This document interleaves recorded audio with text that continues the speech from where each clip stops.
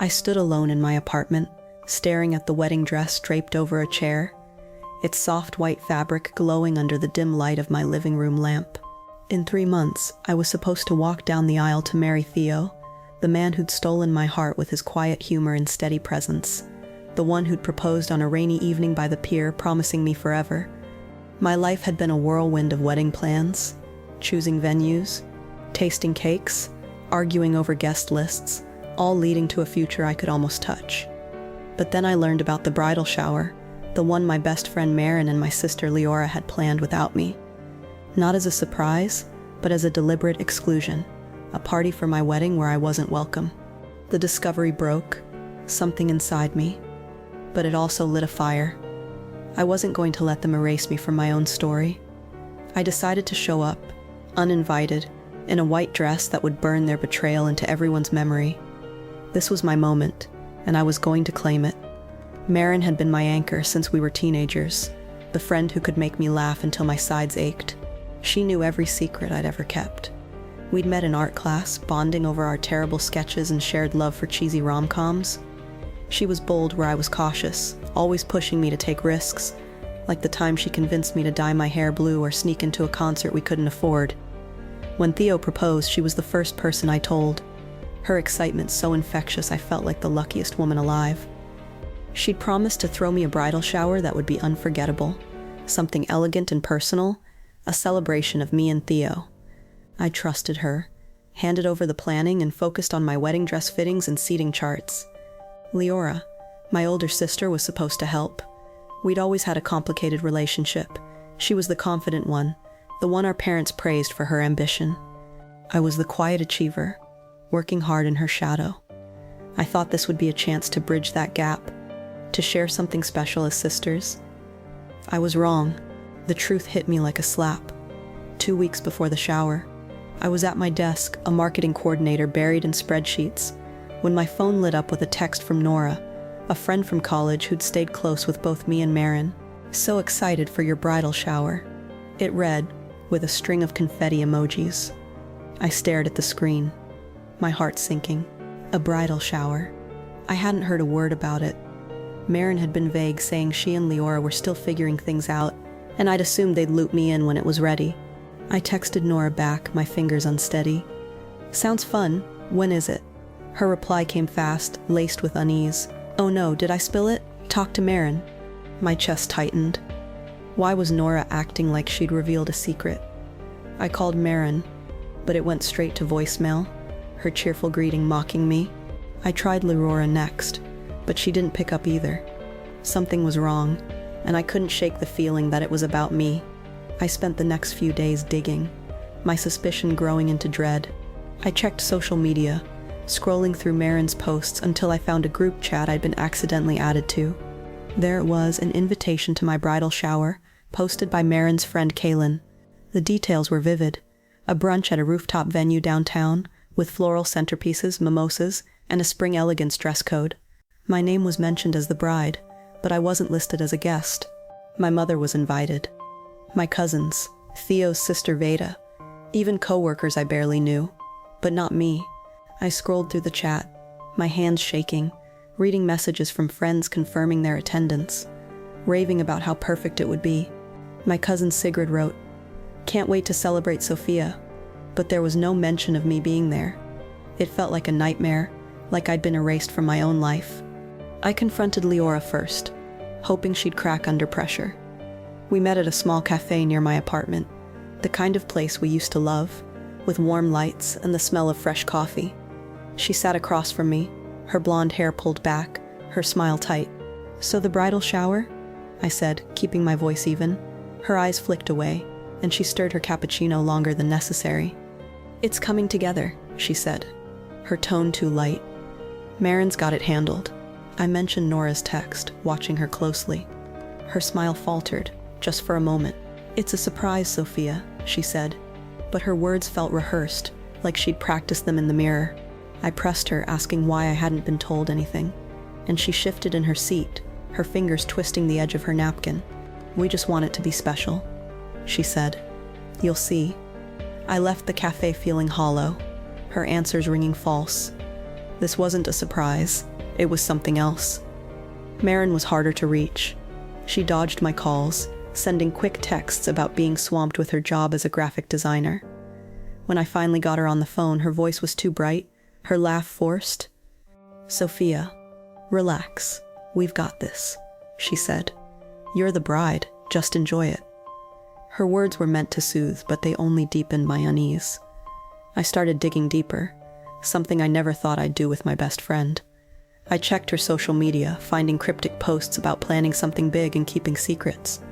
I even logged into Theo's email using a password he'd shared when we first moved in together.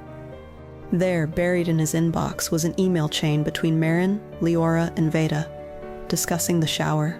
They'd planned every detail, menu, decor, a slideshow of our relationship, but nowhere did they mention inviting me. Instead, there were comments about making it our own, and keeping it low-key for Sophia. Low-key? It was my bridal shower, not a casual brunch. The realization hit me hard. Maren and Liora weren't planning a surprise. They were cutting me out of my own celebration. I spent nights awake, my mind racing with questions. Why would they do this? Was Liora jealous like she'd been when I got promoted before her, or dated Theo, who she'd once called too good for you? Was Maren trying to take the spotlight, as she often did, turning my moment into her show? I thought back to our history, to moments I'd brushed off, Maren taking credit for my ideas in school, Liora's cold remarks growing sharper over the years. I think I'd made the right call. The shower was my chance to celebrate my love for Theo, my future, and they'd taken it from me. I wasn't going to let that stand. I started planning, my hurt turning into resolve. The shower was set for a Saturday morning at a rooftop garden downtown, a venue I'd found pictured in the invitation. Lush greenery, string lights, a view of the city skyline. It was perfect, which made their exclusion sting more. I decided to crash the party, not as a guest, but as the bride they couldn't ignore. I chose a white dress from my closet, one I'd bought for a pre-wedding event, with delicate lace and a fitted silhouette that screamed bridal. I wasn't going to blend in with their pastel dress code. I was going to stand out. I spent hours practicing my entrance, choosing a loose updo for my dark hair, adding a silver necklace Theo had given me. I looked in the mirror the morning of the shower, my hands shaking but my heart steady. I was ready to take back what was mine. The drive to the venue was a blur, my thoughts spinning between anger and fear. What if Theo knew about this? He'd been his usual warm self, joking about our first dance, helping with wedding plans, but he hadn't mentioned the shower. Was he in on it? I pushed the thought away, focusing on Maren and Liora. The rooftop garden was as beautiful as I'd imagined, with long tables, floral centerpieces, and the hum of laughter. I took a deep breath, stepped out of the elevator, and walked into the sunlight, my white dress catching every eye. The music faltered, the crowd went silent, and I saw Maren's shock, Liora's frozen stare. I smiled, not at them, but at the power of my presence. I was the bride, and this was my day. The rooftop garden buzzed with the soft clink of glasses, and the murmur of guests, their pastel dresses catching the late morning light. My mother stood near a table of floral arrangements, chatting with my cousins, while Theo's sister Veda sipped a mimosa, laughing with a group of friends. The string quartet played a gentle melody, and the city skyline sparkled beyond the railing, making the scene feel like a dream. But as I stepped forward in my white lace dress, the air shifted, like a storm breaking over a calm sea. Conversations stopped, heads turned, and the music seemed to falter. Maren froze near a pile of gift boxes, her eyes wide, her hands clutching a champagne flute. Liora stood beside her, her face paling, her smile replaced by a look of panic. My heart raced, but I held my chin high, my gaze steady. This was my bridal shower, and I was here to claim it, no matter how much it hurt to face the people who'd tried to erase me. I took a breath, my voice steady despite the knot in my stomach. "Hello, everyone," I said, loud enough to carry over the silenced crowd. "I'm so glad you're here to celebrate my wedding to Theo. I was surprised to learn I wasn't invited to my own bridal shower, but I decided the bride should probably show up anyway." A few guests chuckled nervously, their eyes darting to Maren and Liora, who looked like they'd been caught stealing. My mother's hand flew to her chest, her confusion clear as she glanced at Liora. Veda set her glass down, her brow furrowed, whispering to my cousin Sigrid. I kept going, fueled by the anger I'd carried for weeks. Maren and Liora planned this beautiful event, but they left out one detail: me. I'm here to fix that. The crowd's murmurs grew, a mix of shock and curiosity. Maren stepped forward, her hands trembling, her voice shaky. "Sophia, this isn't what it looks like," she said, her eyes pleading. "We wanted to surprise you." I shook my head, a bitter smile tugging at my lips. "A surprise doesn't mean excluding the bride, Maren," I said, my voice sharp. "You invited everyone else. My family, my friends, even Theo's sister. But not me. That's not a surprise. That's a choice." The guests gasped, some leaning forward, others turning to their neighbors with wide eyes. Liora crossed her arms, her face tight with defiance. "You're blowing this out of proportion," she said, her tone clipped. "We can talk about this later, somewhere private." I stepped closer to the center of the rooftop, where a projector screen was set up for a slideshow. "No, Liora," I said. "You made this public when you left me out. We're handling it here." I faced the crowd, my hands steady now, the adrenaline drowning out my nerves. "I found out about this party by accident," I said, my voice carrying over the soft hum of the quartet. "A text from a friend, a post in a group chat I wasn't supposed to see. The invitation listed my name as the bride, but not as a guest. I thought Maren and Liora cared about me, about my wedding, but they planned this without me, like I didn't matter." My mother's eyes filled with tears, and she took a step toward me, but stopped, looking at Liora with a mix of hurt and disbelief. Sigrid muttered something sharp, her glare fixed on Maren. Veda's voice cut through the tension. "Is this true?" she asked, staring at Maren and Liora. Neither answered, their silence as damning as any confession. I walked to the projector, picking up the remote with a calm I didn't feel. "Let's see what they had planned for my shower," I said, clicking to start the slideshow. The first image was a photo of Theo and me, smiling at a dinner party last year, our hands intertwined. The crowd murmured approvingly, but I wasn't here for memories. I'd brought my own evidence, a USB drive with screenshots of the messages I'd found. I'd spent nights poring over them, each one a fresh wound. I plugged the drive in, and the screen flickered to a text exchange between Maren and Liora. "Sophia's so caught up in wedding planning," Maren had written. "Let's make this party about us, not her." Liora's reply was colder. "She'll be fine. It's better if she's not here." The words glowed on the screen, and the crowd's reaction was immediate. Gasps, whispers, a few sharp curses. My mother let out a soft sob, her hand covering her mouth. Sigrid stepped forward, her voice loud. "You two are unbelievable," she said, glaring at Maren and Liora. Veda joined her, her eyes blazing. "You planned a bridal shower without the bride? What were you thinking?" Maren's face crumpled. She started to cry, her hands covering her eyes. "Sophia, I'm so sorry," she said, her voice breaking. "It wasn't supposed to be like this." I didn't respond, letting her words hang in the air. I'd heard her apologies before, always followed by excuses, and I wasn't buying them anymore. Liora tried to speak, her voice rising. "This is out of context," she said. "We were just stressed, venting." I clicked to the next slide, an email from Liora to Maren. "Let's keep Sophia out. She'll make it all about her." The crowd's murmurs turned to outrage, and I saw my friend Nora shake her head, her face tight with anger. I set the remote down, turning to face the guests. "This is my bridal shower," I said, my voice steady despite the ache in my chest. "It's supposed to celebrate my love for Theo, our future together." But Maren and Liora decided it was their moment, their party. They invited all of you, planned every detail, and left me out like I was nothing. I'm here to remind them that I'm the bride, and this is my day. The crowd nodded, some clapping, others glaring at Maren and Liora. My mother rushed to my side, pulling me into a hug. "I didn't know," she whispered, her voice thick with tears. "I'm so sorry, Sophia." I hugged her back, her warmth grounding me, but my eyes stayed on Maren and Liora, watching their carefully built world unravel. Maren tried to approach me, her mascara streaking down her face. "Sophia, please." "Let me explain," she said, reaching out. I stepped back, shaking my head. "Your messages explained enough," I said, my voice cold. Liora stood rigid, her arms still crossed, but her confidence was gone. She looked at the crowd, then at me, and I saw a flicker of shame in her eyes. My father, who'd been quiet until now, stepped forward, his voice firm. "Liora, you owe your sister an apology," he said. She opened her mouth, then closed it, her gaze dropping to the floor. The crowd's disapproval was palpable now, their whispers turning to a low hum of judgment. I walked to the gift table, running my fingers over a silver-wrapped box. "Since I'm here," I said, loud enough for everyone to hear, "I might as well open a few of these." The crowd laughed, the tension easing, and a few people clapped.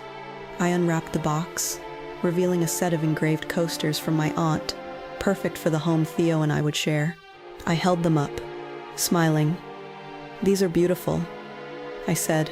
"Thank you all for being here, for celebrating with me, even if it wasn't the plan." The applause grew, and I felt a surge of strength, like I'd reclaimed something they'd tried to take. I opened another gift, a crystal vase from Nora, and thanked her directly, my voice warm. Each gift was a reminder that this was my moment, no matter what Maren and Liora had intended. The quartet started playing again, a soft melody that felt out of place in the charged atmosphere. Guests began to mingle, some coming over to hug me, others whispering about Maren and Liora. Sigrid approached, her eyes fierce. "You're incredible, Sophia," she said, squeezing my arm. "They don't deserve you." Nora was next, her hug tight. "I should have told you sooner," she said, her voice heavy with regret. I shook my head, grateful for her support. Veda came over, her face grim. "Theo's going to lose it when he hears about this," she said. Her words sparked a mix of hope and fear. I wanted to believe Theo wasn't involved, that he'd be as shocked as I was, but doubt lingered. Had he known? I pushed the thought away, focusing on the moment. Maren and Liora stood isolated now, the crowd's attention on me. Maren was still crying, her hands covering her face, while Liora stared at the floor, her defiance crumbling. I didn't feel pity. They'd chosen to exclude me, to take my moment and make it theirs. Now they were facing the consequences. My mother stayed by my side, her arm around me, her presence a lifeline. My father was talking to Sigrid, his voice low, probably trying to understand how this had happened. I wondered what Maren and Liora were thinking, if they regretted their plan or just regretted being exposed. It didn't matter. I'd shown up, in white, and made this my own. I thought about the weeks I'd spent grappling with their betrayal, the nights I'd lain awake, questioning everything. I'd gone over every email, every text, trying to understand why they'd done this. Maren's need to be the center of attention, Leora's quiet resentment. Had they planned this from the start, or had it spiraled out of control? I'd never know, and I was starting to realize I didn't need to. What mattered was that I was here, standing tall, surrounded by people who cared about me. The rooftop was still beautiful, with its flowers and sunlight, but it felt different now, like I'd claimed it as mine. I opened another gift, a set of linens from Veda, and thanked her, my voice steady. Each moment was a step toward taking back what they'd tried to steal, but I knew the hardest part was still ahead. The rooftop garden felt different now, the pastel tables and twinkling lights overshadowed by the weight of what I'd just done. The crowd's murmurs had settled into a quiet hum, their eyes still on me as I stood by the gift table, holding a crystal vase from Nora, my white dress catching the fading sunlight. Maren was near the edge of the rooftop, her face streaked with tears, her hands wringing together like she could undo the moment. Liora stood rigid beside her, her arms crossed, her gaze fixed on the floor, avoiding the crowd's judgment. My mother's arm was around me, her warmth steadying me, while my father spoke quietly with Sigrid, his face tight with anger. Veda, Theo's sister, hovered nearby, her expression a mix of shock and support. I'd exposed Maren and Liora's betrayal, taken back my bridal shower, but the victory felt heavy, like a weight I wasn't sure I could carry. I wasn't done yet, though. This was my moment, and I was going to see it through. I set the vase down and picked up another gift, a set of silver candlesticks from my cousin Sigrid. "These are beautiful," I said, my voice carrying over the soft music. The quartet had started playing again, tentative and out of place.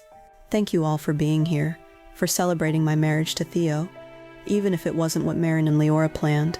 The crowd chuckled, a few clapping, their support wrapping around me like a shield. I glanced at Maren, who was wiping her eyes, her shoulders shaking. Liora's face was still hard, but her eyes flickered, with something new, regret maybe, or shame. I didn't care what they felt. They'd chosen to exclude me, to turn my bridal shower into their own event, and now they were facing the consequences in front of everyone who mattered. I opened another gift, a set of embroidered napkins from my aunt, and thanked her with a smile. Each gift was a small anchor, grounding me in the moment, reminding me that this was my celebration, no matter what they'd intended. The crowd was with me now, their earlier shock turning to admiration. Sigrid came over, her voice low but fierce. "You're incredible, Sophia," she said, squeezing my hand. "I can't believe they did this to you." Nora was next, her eyes red from crying. "I feel so guilty," she said, her voice barely above a whisper. "I should have told you as soon as I knew." I shook my head, touching her arm. "You didn't know it was like this," I said. "I'm just glad you're here now." Her smile was small but grateful, and I felt a spark of warmth amidst the pain. Farde approached, her face serious. "Farde needs to know about this," she said, her voice firm. "He's at a work thing, but I'm telling him as soon as I see him." Her words sent a jolt through me. Theo, I'd been so focused on Maren and Liora that I hadn't fully faced the question of his involvement. Had he known about the shower? The thought made my stomach twist, but Veda's anger gave me hope. If she was this upset, maybe Theo was in the dark too. I nodded, my throat tight. "Thank you, Veda," I said. "I need to talk to him myself." She squeezed my shoulder, her eyes softening. "You're stronger than anyone I know," she said. "He's lucky to have you." Her words lingered, a reminder of the future I was still fighting for, even as my past crumbled. The party was shifting now, guests starting to mingle again, their conversations quieter, more subdued. Some came over to offer hugs, their words a mix of support and disbelief. My mother stayed close, her arm around me, her presence a lifeline. "I'm so proud of you," she whispered, her voice thick with emotion. "I had no idea they'd do something like this." I leaned into her, grateful but exhausted. My father joined us, his face still tight with anger. "Liora," he said, his voice low, "you need to explain yourself." Liora looked up, her eyes meeting his for the first time, but she didn't speak. Maren, still crying, tried to step forward, but Sigrid blocked her path. "Not now," Sigrid said, her voice sharp. "You've done enough." I looked at the slideshow screen, still looping through the messages I'd shown. The crowd had seen them all. Maren's texts about making the party about us. Liora's cold agreement to keep me out. The evidence was undeniable, and it had shifted the room in my favor. I thought about the nights I'd spent piecing it together, the pain of reading their words, the way each message had chipped away at my trust. I'd questioned everything. My friendship with Maren, my bond with Liora, even my relationship with Theo. But standing here surrounded by people who cared, I felt a flicker of strength. I'd faced them, exposed their betrayal, and taken back my place as the bride. It wasn't the victory I'd imagined, but it was real.